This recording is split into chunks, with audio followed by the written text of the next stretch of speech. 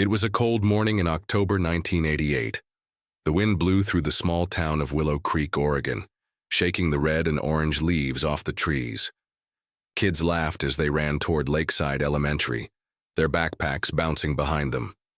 Inside, Room 5B, Ms. Linda Carter, a kind and gentle fifth-grade teacher, stood by the door with her attendance sheet. She smiled at each student as they walked in. She had taught here for over 10 years and was loved by everyone, students, parents, and staff. "Good morning, Joey," she said as a boy in a red hoodie sat down. "Morning, Ms. Carter," he replied cheerfully. Soon, all 22 students were in their seats. The bell rang and Ms. Carter began roll call. Angela Brooks? Here. Devin Harris? Here. She moved down the list until every student answered. It seemed like a normal school day. Ms. Carter began her lesson on geography, talking about mountains and rivers. The children listened, took notes, and asked questions. Nothing felt strange. But at 9:45 a.m., something happened. The classroom fell silent. No screams, no noise, just complete stillness. 10 minutes later, a staff member named Mr. Ellis walked by the classroom to deliver an office notice. He knocked on the door but got no response. He knocked again. Nothing. Worried, he opened the door. The room was empty. Every chair was pushed back. Pencils lay on the floor. One lunchbox was open with a sandwich half-eaten. Ms. Carter's reading glasses sat broken on the ground right next to her lesson plan. Mr. Ellis's heart raced. He ran to the office and called the principal. Within minutes, the school was in lockdown. Teachers locked their doors. The principal called the police. Sirens filled the air as officers arrived. Parents began to gather outside, confused and scared. "They're gone," said Officer Reynolds as he stepped out of the classroom. "All 22 kids and the teacher." "But how?" asked the principal. "The windows are locked. The door was locked. No one came in or out." The police searched every room, hallway, and bathroom. They brought in dogs. They checked the roof. Nothing. No fingerprints. No broken glass. No signs of struggle. Then one of the mothers, Mrs. Lane, pushed past the crowd and ran into the school. She found her daughter's backpack lying in the hallway right outside room 5B. Her hands shook as she picked it up. "She was just here this morning," she cried. "I kissed her goodbye. What happened to my baby?" Her scream echoed through the building, bringing tears to many eyes. News cameras arrived by noon. Reporters stood outside the school, their voices full of shock. 22 children and one teacher vanished without a trace this morning from a small classroom in Oregon, one reporter said. "No one saw anything. There are no clues. Authorities are baffled." The story made national headlines.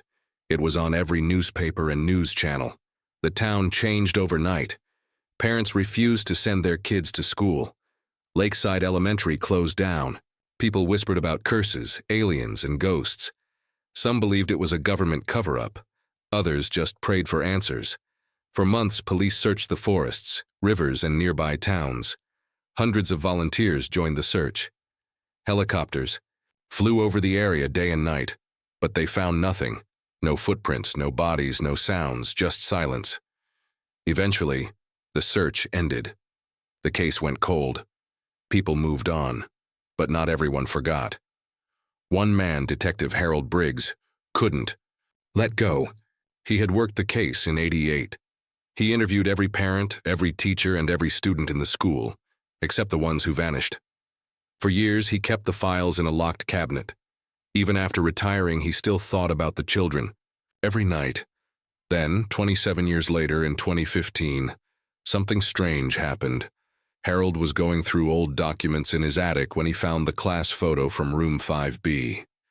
It was taken just one day before the disappearance. The children were smiling, arms around each other. Ms. Carter stood in the center, smiling proudly. But something was wrong. In the background, near the classroom window, was a figure, a shadowy shape that no one had seen before. It wasn't a student. It wasn't Ms. Carter. And it definitely wasn't supposed to be there. The figure wore what looked like an old-fashioned coat and hat, almost like someone from another time. It stood still, its face turned toward the camera. Harold stared at the photo for a long time. "How did we miss this?" he whispered. Goosebumps ran up his arms. The figure wasn't just standing there. It was watching the children. Detective Harold. Briggs sat alone in his attic, the old classroom photo trembling in his hands. The shadowy figure in the background stared straight into the camera, unmoving, emotionless. It had been standing by the window of room 5B the day before the children vanished. He held a magnifying glass closer to the picture. The figure's face was partly hidden, but its eyes looked strange. Cold, lifeless. "How did we never see this before?" he whispered. Harold rushed downstairs to his study. He pulled out a dusty folder marked Case 8841, Lakeside Disappearance. Inside were yellowing pages, photos, statements, and timelines. He spread them across the table and placed the photo in the center. The figure wasn't in any other photos. Not from recess, not from lunch, not from the school's hallway cameras. Just this one image, 1 second in time. He picked up the phone and called his old partner, Officer Jim Beck. "Jim, it's Briggs. You busy?" Jim groaned. "It's Saturday morning, Harold. Retired life means rest, remember? Come to my house. I found something in the class photo." Silence. Then Jim said, "I'll be there in 20. 25 minutes later, Jim stood in front of the photo. His eyes narrowed. "Who the hell is that?" he asked. "That's the problem," said Harold. "No one knows. And look at this." He pointed to the old attendance sheet. There were 22 students, but when I count the kids in the photo, there are 23. Jim stared harder. He counted again. "You're right. There's an extra kid." They pulled out each child's name and face and matched them to the photo. Each name matched a smiling face until the last one. The extra child in the back corner, pale, dark eyes, no name. "And the teacher never mentioned a new student?" Jim asked. "No. She called roll. The parents would have known. But nobody mentioned this boy." Jim leaned back in his chair. "So who is he?" Harold frowned. "That's what I intend to find out." Later that night, Harold visited Lakeside Elementary. The building had been closed for over 2 decades. Weeds grew through the cracks in the pavement. Boards covered the windows. A faded sign read, "Do not enter." But Harold had an old key. He pushed open the front door. Dust filled the air. The white walls were covered in graffiti. The floor creaked under his weight. He walked slowly through the hallways, flashlight in hand, until he reached room 5B. It looked just as he remembered, except now it was dark and cold. The desks were still there, though covered in dust. The chalkboard had faint writing on it. "Mountains of the World, Ms. Carter's last lesson." Harold's eyes moved to the window. That same window where the figure stood in the photo. He walked toward it, then stopped. There was a sound, a soft creak behind him. He spun around. "No one. Get a grip, Harold," he muttered to himself. Then he saw something on the windowsill, a carving. Fresh. It was a symbol, a circle with a line through it and 2 dots inside. He had never seen it before. He touched it gently. And then, A. Loud bang echoed down the hall. Harold turned, his heart racing. Someone, or something, was in the building. He moved carefully through the hallway, the flashlight shaking in his hand. "Hello?" he called out. "Is someone there?" Silence. He reached the entrance of the gym. The door creaked open slowly. Then, in the darkness, he saw movement. A figure standing still. It was small, child-sized, pale, wearing a coat and hat, the same figure from the photo. Harold froze. "Who are you?" he whispered. The figure didn't move. It just stood there. Then, slowly, it turned and walked away, straight through the wall, gone. Harold backed away, heart pounding. He stumbled out of the gym, back into the hallway, and out the front doors. Once, outside, he bent over, breathing hard. "What did I just see?" he whispered. The next morning, Harold met with Jim again. "I saw it. The same child. In the building." Jim frowned. "Maybe you imagined it." "I didn't. And look at this." Harold showed him a photo of the carved symbol. Jim's face turned pale. I've seen that before. Harold raised an eyebrow. Where? In an old case. Farmhouse burned down in the 60s. The farmer swore he saw a pale boy walking around days before the fire. That same symbol was found carved on the barn. Harold felt a chill. What if this isn't just about a missing class? He asked. What if this has happened before? Jim looked at the photo of room 5B again, and for the first time in years, both men felt truly afraid. Harold sat alone in his home office, the carved symbol in front of him. He stared at it for hours. The strange circle with the line and 2 dots. It had followed him from room 5B into his dreams. He couldn't sleep. The image of the pale boy and the cold air in the gym still haunted him. Early that morning, he opened his old laptop and searched online for the symbol. He clicked through forums, scanned conspiracy sites, and even searched old newspapers. Then something caught his eye. A 1964 case from Nebraska. Headline: Local boy and sister disappear near barn. Father reports strange symbols on property. Harold clicked it. Same symbol, same story, children vanished. The barn where they played burned down the next day. Another article appeared. 1971, Utah. 2 brothers vanished from a church summer camp. No trace. A small wooden cabin near the Utah River had the same strange symbol carved into its walls. Harold's hands shook. It wasn't just the lakeside classroom. This had happened before, and again, and again. He picked up the phone and called Jim. Meet me in 30. Bring your old case files. An hour later, the 2 men sat in Jim's garage, which was stacked with boxes of old police records. Together, they dug through files of missing children, strange sightings, and unexplained symbols. Jim pulled out a faded envelope. Here's one. 1981, Kansas. A 3rd grade class was hiking with their teacher. Teacher comes back alone, confused and scared. Says the class followed a boy into the woods, but there was no boy in their group. Harold froze. Let me guess. No struggle? No signs? Jim nodded. Same thing. Gone like smoke. Harold stared at the wall. This isn't a kidnapping, he said quietly. It's something older, smarter. Jim gave him a hard look. You saying it's supernatural? I'm saying it's not normal. The next day, Harold visited the local library. He asked for all school records from 1988, hoping to find something, anything that had been missed. The librarian, a kind woman in her 60s, helped him access the archives.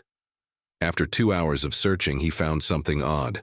A transfer request, dated just 1 week before the children vanished. The request was for a boy named Noah D. No last name, no parent signature, no address.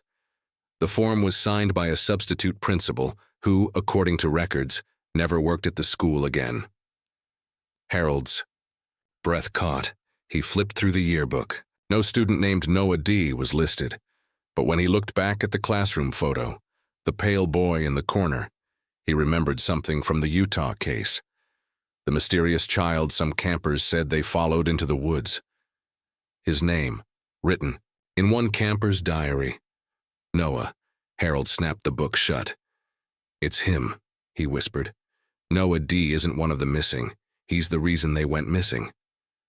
That evening, Harold drove to visit Ms. Carter's sister. The teacher had passed away in 1995, but her sister still lived in town. She welcomed him inside, offering tea. She never got over it, the sister said. That day broke her. Harold nodded. Did she ever talk about anything strange before the children disappeared? The woman paused. Just once, she said slowly. A week before the incident, she told me about a new student. Said the boy gave her chills. He didn't speak. Just watched the other children. She said his eyes and didn't look human. Harold leaned forward. Did she say his name? The sister thought hard. Noah. Yes, I'm sure. She said his name was Noah. Harold's heart pounded. She said, she had a nightmare the night before the class disappeared. All the children were standing in a circle around Noah, and they were all singing something. A strange song, in a language she didn't understand. Harold stood up. Thank you. That helps more than you know. As he walked out, the sister called after him. She told me one last thing, Detective. She said, that boy never blinked. Later that night, Harold returned to his desk. He pinned every case photo, article, and document to the wall. In every event from 1964 to 1988, there was always one strange child, always unnamed or called Noah, always seen just before the children vanished, and always forgotten until someone looked deeper. He stared at the center of his board, the photo of the 1988 class. The pale boy's eyes seemed to follow him. This isn't a boy, Harold said softly. It's something else, something that wears a child's face. Suddenly his laptop pinged. An email had arrived. No subject, no sender. One image. It was the class photo again. But now, the pale boy was closer to the camera, closer than before, as if he had moved. Harold couldn't sleep. He kept staring at the photo on his laptop, the classroom picture from 1988. The pale boy wasn't just closer. He was smiling now. A small, twisted smile. Harold checked the email again. There was still no sender, no subject. It wasn't from any known address. He tried to trace it, but nothing came up. The boy's eyes felt like they were watching him. That night, Harold dreamed of a forest, cold, dark, and full of whispers. He saw 22 children standing in a circle. In the middle stood the boy, Noah. The children were humming. The same low, haunting tune Ms. Carter's sister had described. Harold woke up in a cold sweat. The next morning, Jim arrived at Harold's house with a file. "You're not going to believe this," he said. "I was digging through storage again. There's a report from a local hunter, dated just 2 days after the classroom vanished." Harold opened the file. The hunter claimed he saw a group of kids deep in the woods, near Gray Pine Forest, and Sauk. Area off limits to the public. They were walking in a line, the report said. 20 kids, maybe more. Their eyes were closed. It looked like they were sleepwalking. A boy with white skin and black eyes was leading them. The hunter never told anyone again. He was found a week later, dead from a fall off a cliff. Police said it was an accident, but Harold wasn't so sure. Gray Pine Forest was only 30 minutes away. By afternoon, Harold and Jim were standing at the edge of it. A cold wind blew between the trees. "You sure about this?" Jim asked, looking. Nervous, Harold nodded. "If the kids were taken anywhere, it's here." They stepped into the trees. The light dimmed quickly and everything became silent. No birds, no insects, just quiet. As they moved deeper into the woods, they saw strange carvings on tree trunks, the same circle with the line and 2 dots. It looked old, but fresh at the same time. Harold's flashlight flickered. "Do you hear that?" Jim whispered. A soft hum floated through the air. Low, repeating. Harold's heart dropped. "It's the song." They followed the sound, stepping carefully through thick leaves and fallen branches. The deeper they went, the louder the humming became. Finally, they reached a clearing and froze.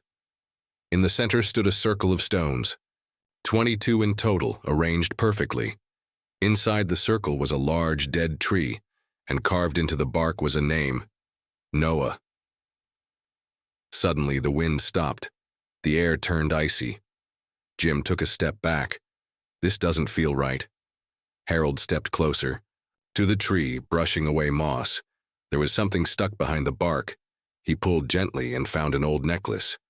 A child's necklace. The name Lily was scratched into the back.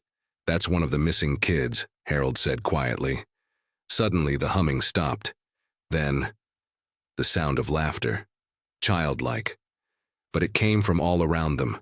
Too many voices. Then they saw him, standing just beyond the trees. Noah. Same pale face, same dark eyes. He wasn't older. He looked the exact same as in the photo from 1988. Harold and Jim stood frozen. Noah tilted his head and smiled. Then he slowly raised his hand and pointed to the ground. Beneath Harold's feet, something moved. He jumped back. Jim pulled him away. Then they saw it. Small bones, dozens of them, barely buried. They weren't just standing in a clearing. They were standing on a graveyard. They ran, branches snapped under their feet. The laughter chased them. So did the humming. It grew louder and louder until it echoed in their heads. Finally, they burst out of the woods and into the fading light. They didn't stop running until they reached the car. Both men sat in silence, trying to breathe. "What the hell was that?" Jim whispered. Harold stared at the forest. "It's not just a legend. He's real, and the kids, they're still connected to him somehow." Jim looked pale. "We need to tell someone." Harold shook his head. "No one will believe us, not without proof." He held up the necklace. "This is our proof." That night, Harold placed the necklace on his desk. He stared at the photo again. Noah was gone. The pale boy had vanished from the class picture. In his place was Lily. Her smile was strange. Her eyes too wide. Harold's hands trembled. Whatever this thing was, it could move, change, hide inside anyone, even the children. And now it knew he was looking. Harold couldn't sleep again. The whisper from his laptop still echoed in his ears. "You found me once? Can you find me again?" The necklace lay beside his keyboard. It hadn't moved. But something in the room felt off, like someone was watching him from the dark corner behind the door. The next morning, Harold visited Lily's mother. She lived in the same house from 1988. The curtains were always closed and the mailbox was overflowing. When she opened the door, her eyes widened. You found something, didn't you?" she whispered. Harold showed her the necklace. Tears filled her eyes. "She wore this the day she vanished." Then she looked up sharply. "Where did you get it?" "In the forest. Gray pine," Harold replied. Her hand trembled. "That forest is cursed. I told the police back then. They laughed at me." "Lily's not dead," Harold said. I think some of the kids are still out there." That same night, a phone call woke Harold at 2:47 a.m. It was Jim. "Turn on the news. Channel 9. Now." Harold sat up, heart racing. He grabbed the remote and turned on the TV. A news anchor was.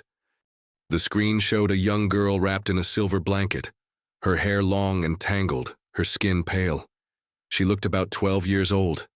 "She hasn't aged," Harold whispered. The police were stunned. Doctors ran every test they could think of, but her body showed no signs of aging. Lily's blood work was normal, her heartbeat steady, her mind quiet. She only said one thing when asked where she'd been. "The boy in the forest kept us safe." When Harold asked to speak with her, the officials agreed, reluctantly. In a hospital room filled with bright lights, Harold sat beside the girl. "Lily?" he asked gently. She looked up, her eyes tired but calm. "You brought my necklace back," she said, barely above a whisper. Harold nodded. "Yes, I found it at the tree, the one with Noah's name." Lily flinched at the name, her fingers curled into the blanket. "Don't say his name," she whispered. "He hears everything." Harold leaned closer. "Where are the others? Are they alive?" Lily didn't answer right away, then slowly she nodded. "They're in the between place. The forest took us there. Time doesn't move the same way. He watches over us. Keeps us nigh frozen." "Why?" Harold asked. Lily's voice trembled. "Because we saw something we weren't supposed to." Jim later brought old files and newspaper clippings. Together they discovered something strange about Gray Pine Forest. Long before the 1988 disappearance, children had gone missing there. One in 1946, two in 1953, another in 1969. Every 7 to 9 years, a child would vanish near those woods. All were never found. Harold stared at the pattern. "This has happened before." He flipped through the articles and saw a grainy photo of a young boy standing near the forest in 1953. Same pale skin, same black eyes. "Noah. How is that possible?" Jim asked. Harold felt a chill crawl up his spine. "He doesn't age. He doesn't. Eve, he's part of the forest." The next morning, Lily was gone, vanished from the hospital. Security footage showed her sleeping. The knee session, nothing. One frame she was there. The next, empty bed. No door opened. No alarms went off. All that was left on the sheets was her necklace. Harold held it in his hand, his heart breaking. She tried to leave, he said softly. But he took her back. Jim looked shaken. Then how do we stop this?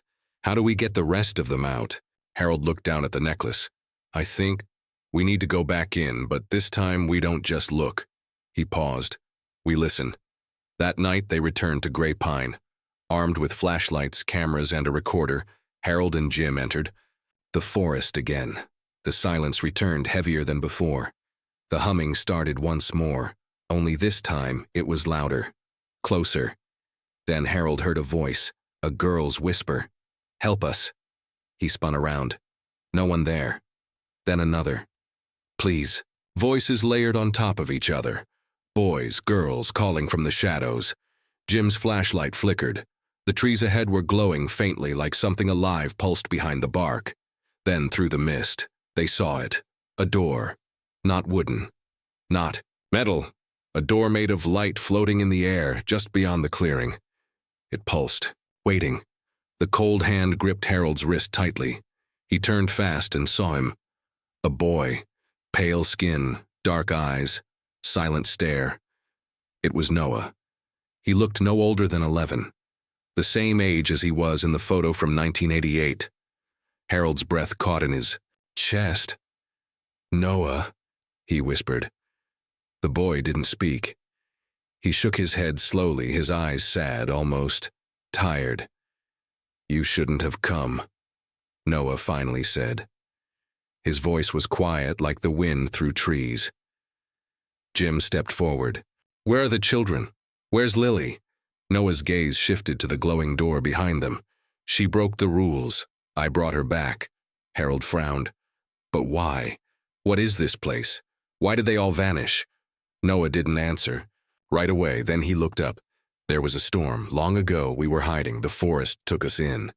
But it didn't let us go. He pointed to the glowing door. Behind that door, time doesn't move. We're safe, but we're stuck. The forest feeds on our silence. Harold's mind raced. You're saying it keeps you alive but trapped? Noah nodded. But why?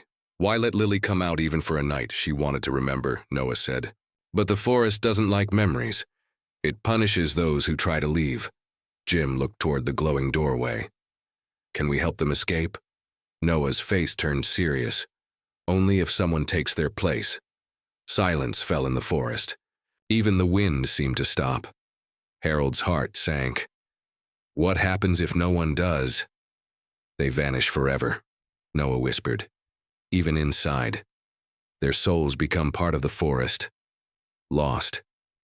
Suddenly the glowing door flickered. Through it, Harold could see shadowy shapes. Children reaching out, their faces frozen in time. One of them was Lily. She looked at Harold. Her lips moved without sound. Please. Harold clenched his fists. He had spent his whole life trying to solve this mystery, trying to bring peace to the parents who never got answers. And now, the answer was in front of him. But it had a price. I'll do it, he said quietly. Jim grabbed his arm. No, Harold. There has to be another way. Harold looked at him with calm eyes. You saw them. They're still children. They never got to grow up. I did. He took off his jacket, pulled out Lily's necklace, and handed it to Jim. Give this to her mom. Tell her she's coming home. Then he turned to Noah. Let them go. Noah stepped aside. Harold walked through the glowing doorway. The light wrapped around him like mist. The voices quieted, and then, one by one, the children walked out. Lily, Marcus, Jenna, all 22, alive, unaged. Tears rolled down Jim's face as he watched them step into the world again. Days later, the news exploded. Breaking: missing children from 1988 found alive, authorities baffled. Lily hugged her mother on live television. Marcus held his father's hand. They were confused, afraid, but safe. But one face was missing. Harold. Back in the forest, the door had vanished. But deep in the woods, if you listen closely, you might hear a man's voice humming gently, watching over the trees, over the silence.